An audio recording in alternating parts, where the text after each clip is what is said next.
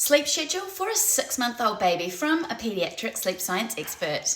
At 6 months old, your little one is starting to come into a really tricky stage because ideally they're established on 3 consistent naps per day by this age.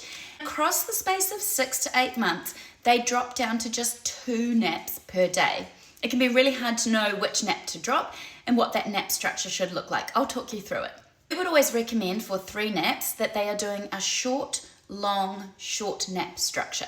So there's a shorter nap in the morning, a nice long nap across the middle of the day for a couple hours, and then a shorter nap late afternoon. If your little one is showing signs of being ready to drop a nap, this is what to look out for.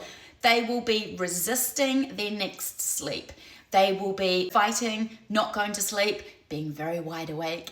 They might start waking more overnight, staying awake for longer periods in the night, and or waking early in the morning, think 5 a.m. These are signs your little one is ready to drop a nap and they're having too much daytime sleep.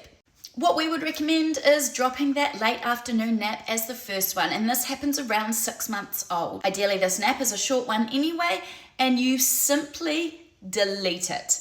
This is assuming your little one has already slept well enough for their first 2 naps. So what we would recommend as a sleep schedule for a 6-month-old, about 2.5 hour wake window in the morning, then a short nap, only maybe half an hour at this point, then another 2.5 hour wake window, and aim for a 2 to 2.5 hour lunch nap here. If your little one wakes from that lunchtime nap at say 2:30, and they've had a good nap, they had their morning nap, you're probably okay to try and push them through without a late afternoon nap. What we would recommend is that you bring bedtime earlier to compensate so that they just don't get overtired. So you'll be looking at a bedtime around 3.5 to 4 hours after they wake from that lunchtime sleep.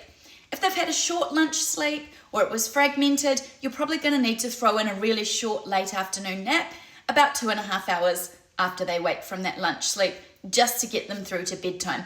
And then bedtime would be 2 hours from there. It's also very common for this to be a bit up and down between 6 and 8 months. So there is a period of adjustment. Some days your little one will nap really well and you won't need that afternoon sleep.